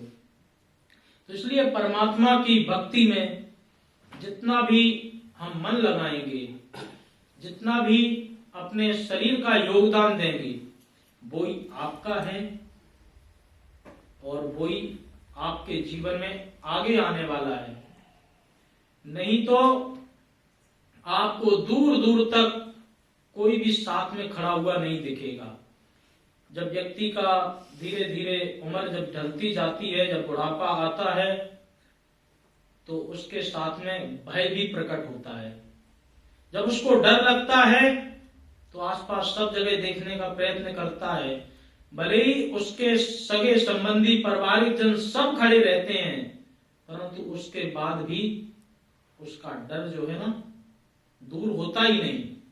और जो भक्त होते हैं उन्हें भगवान पर पूरा सहारा होता है कि मेरा कोई बाल बांका नहीं करेगा, क्योंकि उनके सहारे हम अभी तक जीते आए हैं और उनकी हमने भक्ति की है।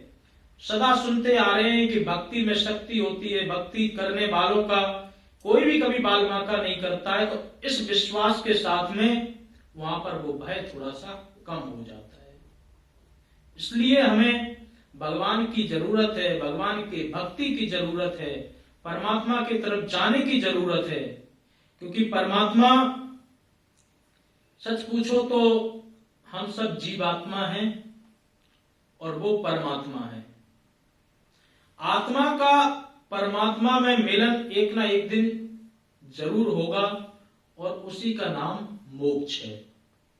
जब आत्मा का परमात्मा में मिलन हो जाए, उसके बाद में पुनरपि जननम पुनरपि मरणम पुनरपि जननी जठरे शयनम का दूर दूर तक कुछ भी नहीं दिखता है। जन्म मृत्यु जरा व्याधि सर्व दोष विवर्जिता, सारे दोषों से वो परे हो जाता है व्यक्ति। इसलिए प्रयास करें, प्रयत्न करें, बार बार अपने मन को भगवान के चरणों में लगाने का प्रयत्न करें। लगाएं मन को, एक दिन नहीं लगेगा, दूसरे दिन लगेगा, दूसरे दिन नहीं, तीसरे दिन लगेगा।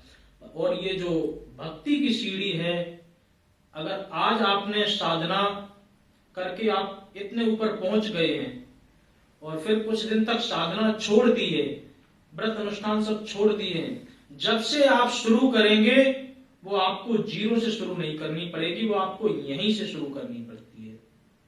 वो जो किया हुआ है वो कभी व्यर्थ नहीं जाता है। बाद बाकी वस्तुएं खराब हो सकती हैं, परंतु भक्ति, भगवान का चिंतन, भगवान का भजन कभी खराब नहीं होता है। इसलिए जितना ज्यादा से ज्यादा समय लगा सकते हैं लगाना चाहिए। संसार भी देखें और अपने कल्याण के मार्गों को भी देखें, कल्याण के जो साधन हैं उनकी तरफ भी जाने का प्रयत्न करें। क्योंकि अगर हम अपने कल्याण के मार्गों को नहीं देखेंगे, केवल और केवल संसार में ही लगे रहेंगे, तो इस आवागमन के चक्र से हमें कोई नहीं बचा सकता, इस चक्र से हमें कोई भी नहीं छुड़ा सकता है। और इस चक्र से छूटना प्रत्येक व्यक्ति का अधिकार भी है, कर्तव्य भी है। क्योंकि कर्तव्य इसलिए है, परमात्मा ने हमें इस संसार में मुक्त होने के लिए ही भेजा है, जो कि सभी ग्रंथों में और सभी जो भी हमारे शास्त्र हैं उनमें विदित रूप से मिलता है। और परमात्मा ने अपने नाम को जहाज के रूप में प्रदर्शित किया है। संत ग्रंथ सब जगत के ढूंढ निकाले सार, हरि का नाम जहाज है जो आवे भव पार।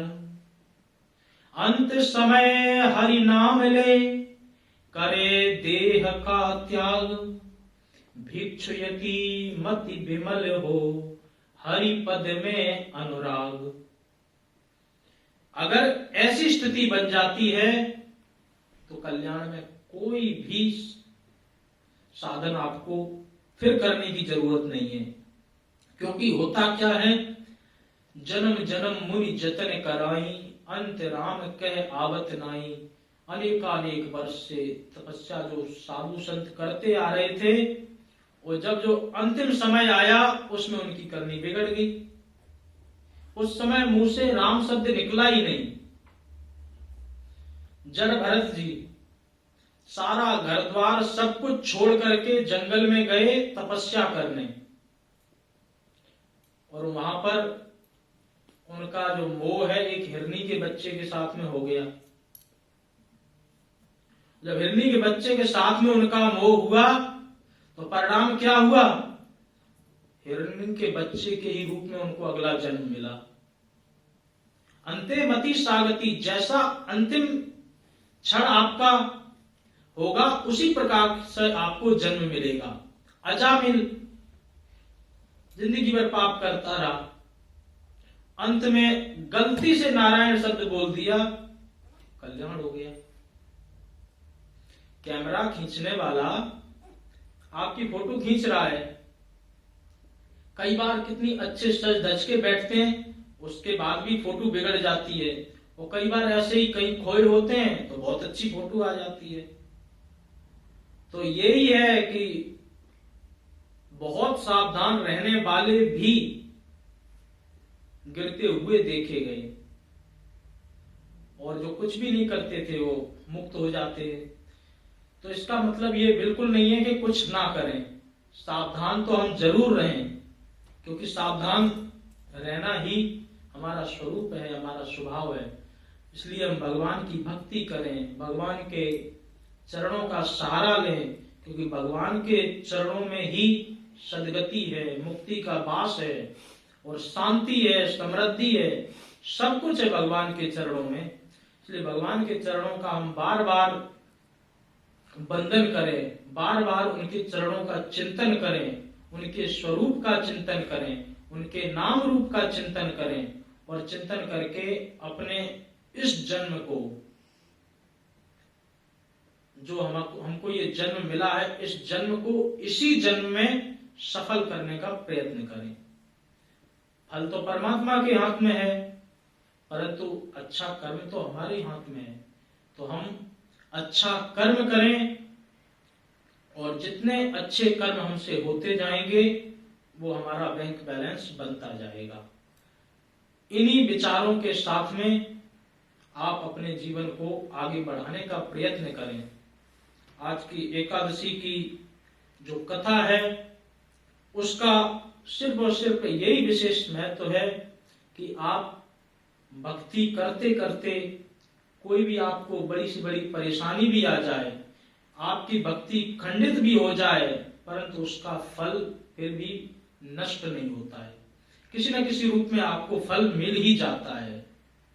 इसलिए परमात्मा की भक्ति करें, एकादशी का व्रत करें, पूर्णिमा का व्रत करें।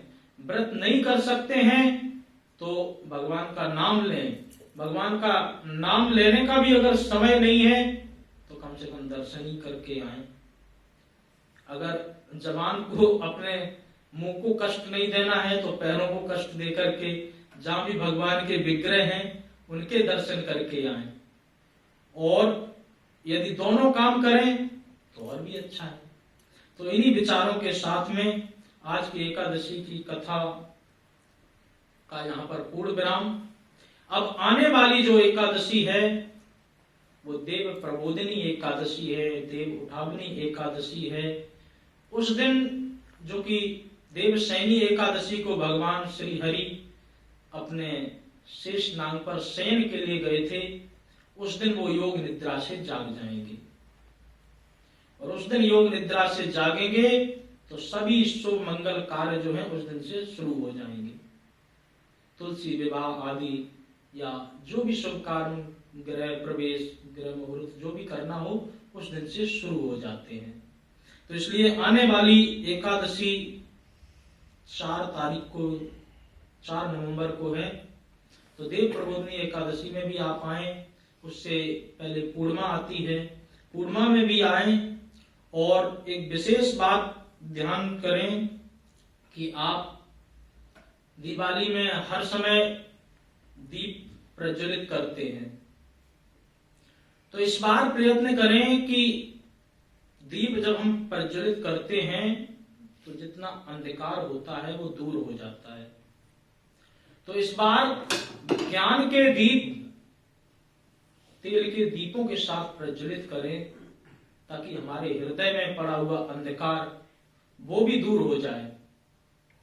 जैसे भगवान भास्कर सूर्य जब निकलते हैं सारा अंधेरा दूर हो जाता है, इसी प्रकार भगवान की भक्ति को अपने हृदय में धारण करके आप इस दीपावली पर दीप जलाएं।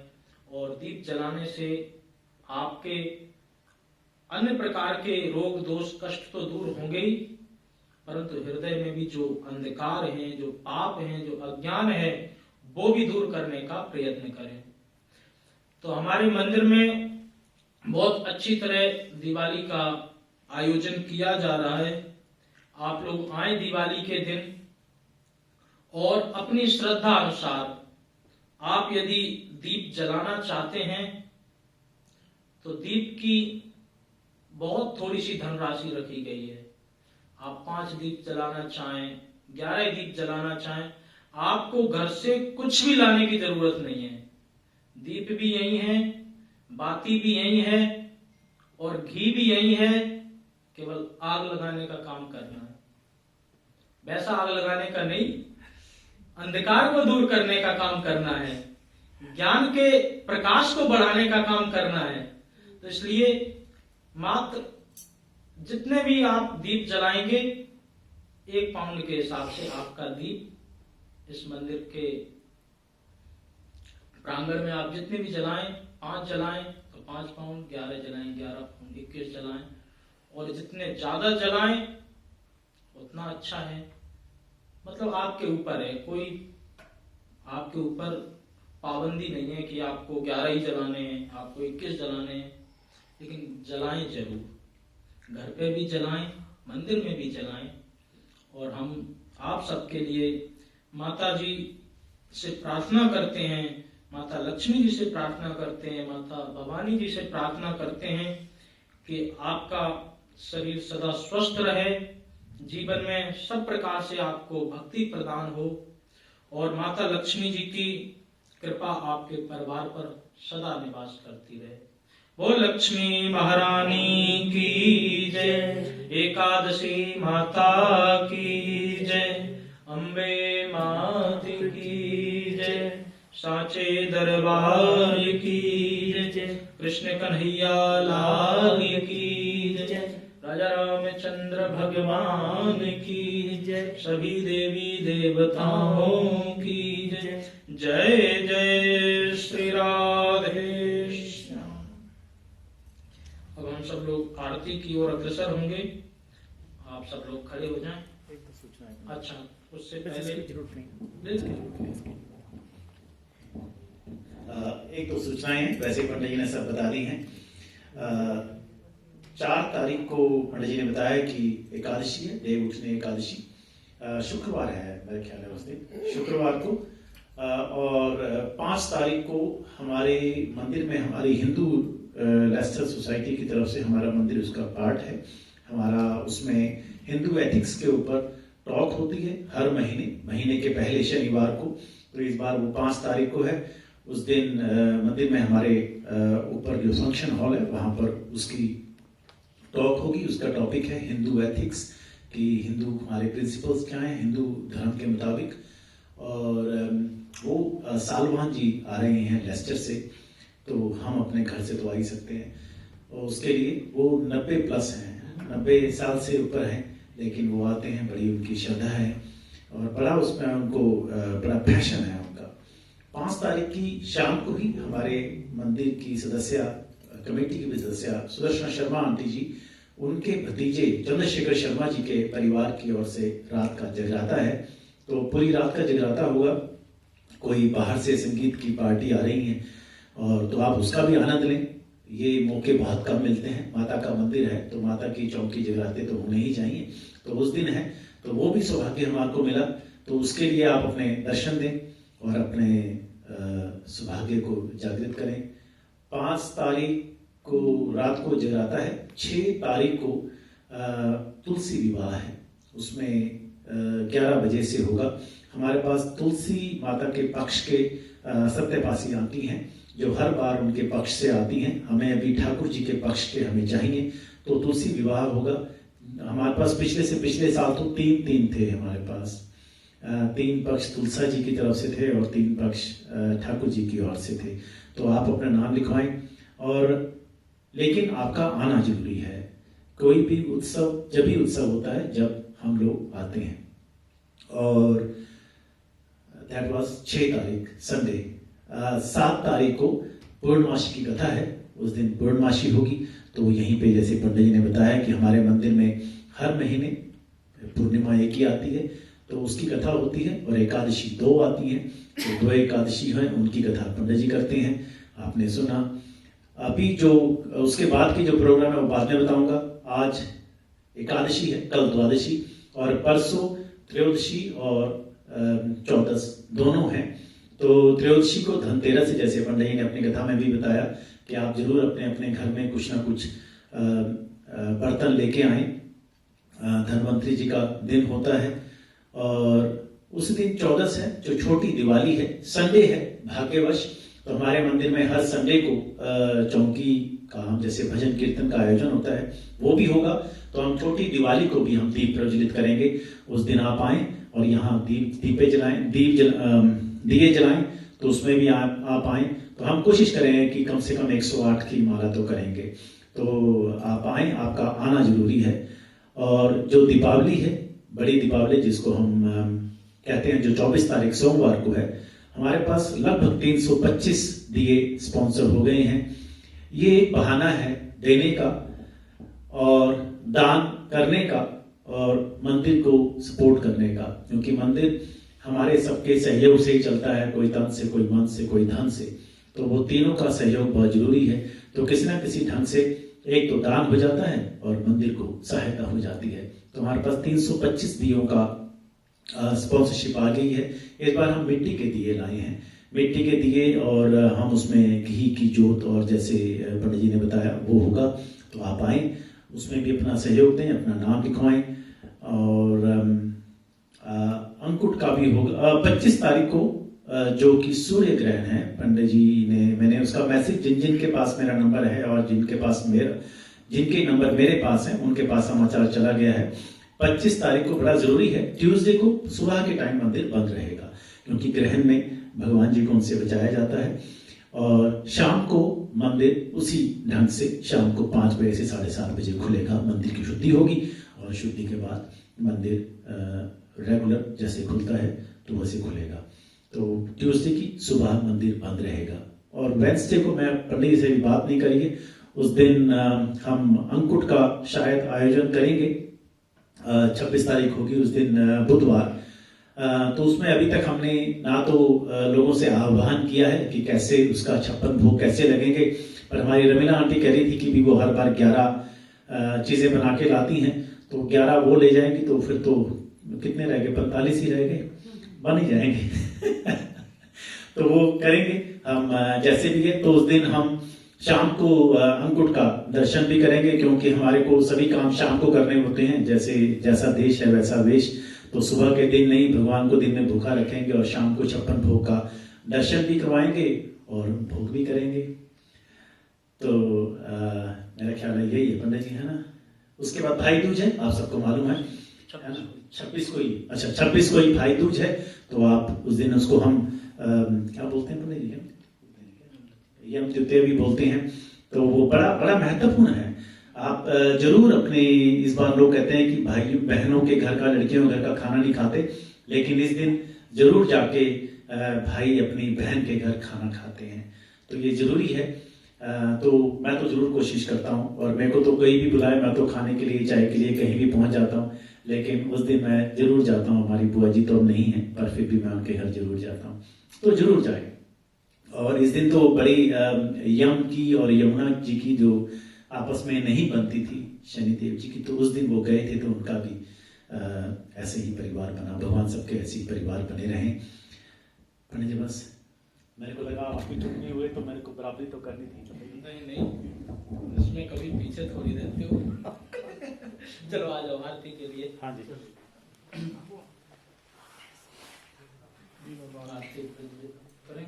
हाँ जी चलो जी।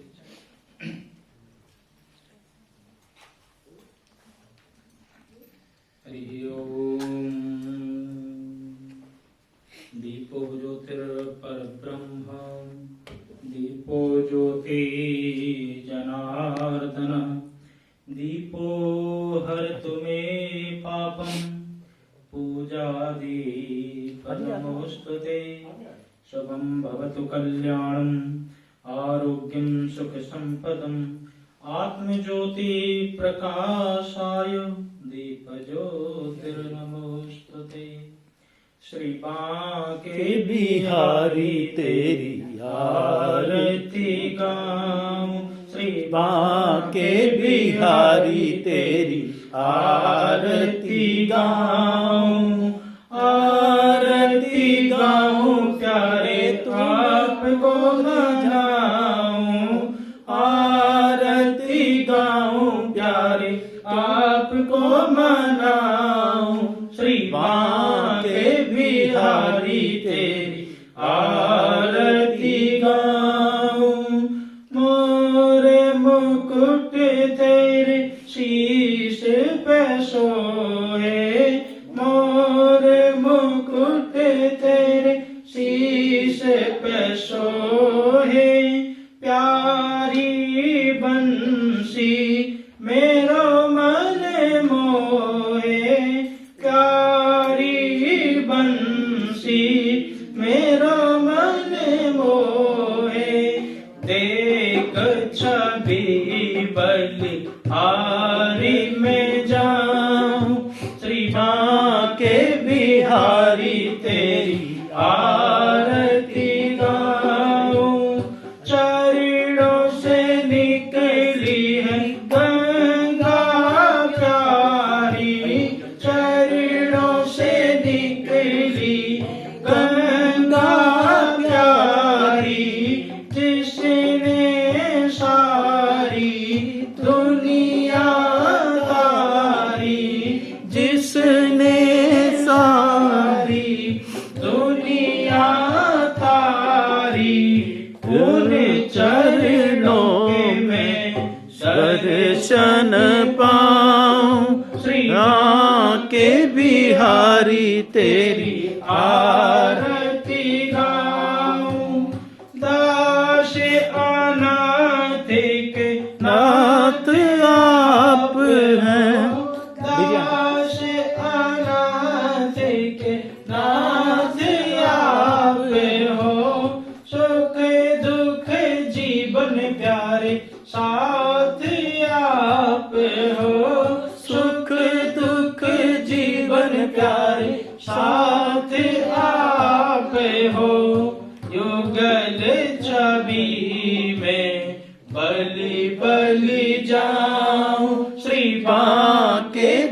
बिहारी तेरी आरती गाऊं। श्री हरिदास के प्यारे तुम हो, श्री हरिदास के प्यारे तुम हो, मेरे मोहन जीवन धन हो, मेरे मोहन जीवन धन हो।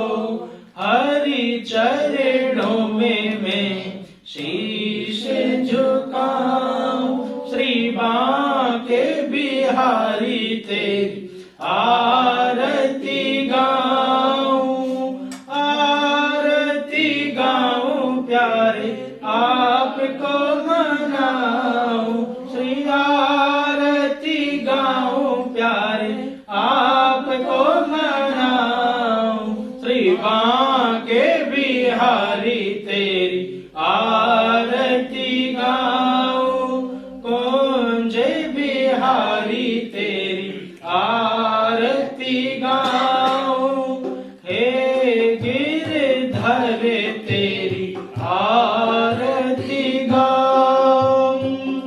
और कृष्ण कन्हैया लाल की। माता जी की